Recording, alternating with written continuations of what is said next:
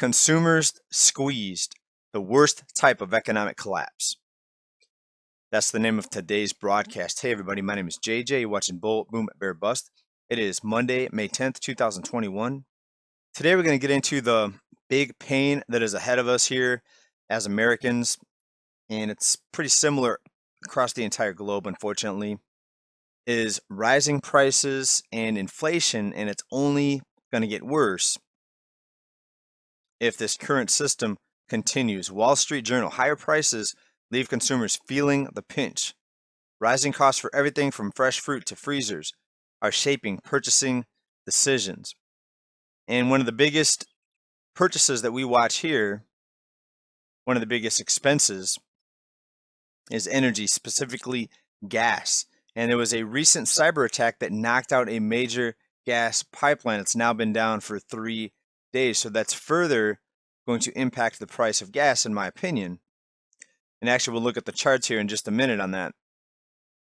So America, we were at one point the largest producer of oil. Now we'll have to see if we keep that ranking because of the pipeline situations and this latest event with this hack, this cyber attack. And let's take a look at gasbuddy.com and see how we're feeling the pinch at the pump. And this is at an 18-month chart. You can see to the far right here, we're at an 18-month high. And there are recent headlines out about it. Also, average U.S. gas price jumped 6 cents now to average of $3.02 per gallon. We're close to $4 here, way over $4 in some areas here, Southern California. And this is something that most consumers really can't handle on their own. They're going to have to go out and run up more credit card debt. I remember even before the Great Sickness came out, most people were living paycheck to paycheck. So what we really needed to see was a deflationary economic collapse, not an inflationary collapse, because an inflationary collapse is the collapse of your purchasing power, but the markets and prices continue to rise. That's the worst kind of collapse. And you can call it stagflation, where you have stagnant or little or zero economic growth, but prices are still rising. Now, even the word stagflation is a little bit flawed because they define stagflation as little to no economic growth, but price is still rising. But what's happening is they can just pump money into the economy, stimulus checks, enhanced benefits, and just all these different stimulus packages, and they can use that to say that there is economic growth just by getting people to go out and spend. All right, so think about this. Even if there's no manufacturing and people just go out and spend money on entertainment and food, they're still going to chalk that up as economic growth just by looking at the spending, which is pretty ridiculous. But there's a lot of ridiculous things happening right now that most people really do not realize. All right, now back to the gas prices here. Let's go ahead and expand out a little bit. We know we're at an 18-month high. Let's try the 2-year chart. Yes, we are at more than a 2-year high as well. And now we're looking at a 3-year chart. And as you can see, yes, we're at the highest in about 3 years. And I think most of you know by now where this is going to lead. It's going to lead to more people asking for monthly stimulus payouts. Instead of trying to control the problem, rising prices, people are going to ask for more payouts to try to keep up with the rising prices. Exactly the opposite of what should happen. What should happen is people should demand that free markets be allowed to function, be allowed to operate, and therefore prices will come in line with what people can actually afford without asking for all these trillion stimulus package and stimulus payouts, which is going to have to be monthly the way it's looking. And we know that the lawmakers are talking about that. They're talking about implementing these monthly stimulus payouts to quote unquote help people keep up with the rising prices, but nobody's talking about the reason behind the rising prices, right? And that's the market intervention, the money printers, right? They don't want you to know that. They want you begging for more money from the money printers instead of telling the money printers to begin with and stop manipulating all these prices in the markets. And it's only going to get worse. Here's an article here. This is out of ABC.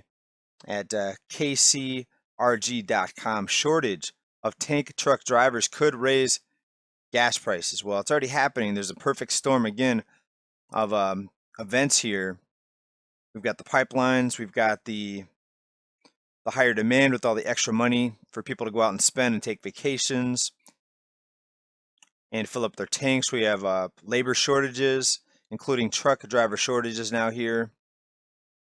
And I'll read a little bit out of this. Just as Americans are ready to get out of town, gas prices could spike. And it's not just due to an increase in demand, but a shortage of truck drivers to haul the fuel. And a spokesperson for one company said, quote, "Our drivers on average can make $85,000 plus per year." Also, listen to this, more out of this article. About 25% of the country's fuel tankers are parked heading into the summer, according to the National Tank Truck Carriers, which could cause drivers to pay for it at the gas pump. So consumers, you and I, are going to be paying for it at the gas pump. All right, we're also at a time now where more people are going back to the office. A lot of these work at home people that had the chance to work from home, many of them are being called back to the office. That's going to increase demand. And we're going to see bigger spikes in gas prices. Also, the U.S. has passed an emergency waiver over fuel pipeline because of the attack and then the additional pipeline that went down. We had to do an emergency waiver that will allow truck drivers to work longer hours to help get the fuel delivered. All right, more out of this article. This is AP. I'm sorry, it's actually BBC. The Colonial Pipeline carries 2.5 million barrels a day. That's 45% of the East Coast supply of diesel, petrol, and jet fuel. So people on the East Coast are going to likely feel a bigger pinch from this. And what they've done now is they've relaxed the rules for truck drivers. It means that drivers in 18 states can work longer, more flexible hours when transporting refined petroleum products. And everything from food to obviously fuel and even diapers, we're going to see rising prices. Here's a recent article, CNN, prices are rising everywhere you look. From this article, agricultural products are not exempt. The price of corn is at its highest level since 2012. The same goes for soybeans.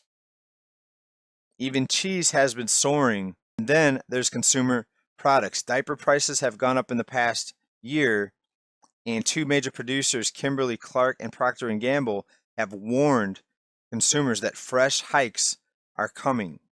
Shortages of computer chips, meanwhile, are helping push up car prices and could soon do the same for electronics and household appliances. Get ready, folks. This is going to get nasty with these rising prices. A deflationary collapse is not in the cards unless something drastic changes.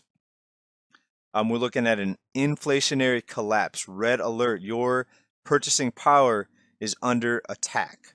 Red alert. Right? So think about this. All of the low-cost labor that we depended on and imported all these products from overseas, it was good while it lasted, right? We could buy stuff really cheap, made overseas, offshore, with ultra low cost because of the lower labor costs in these other countries.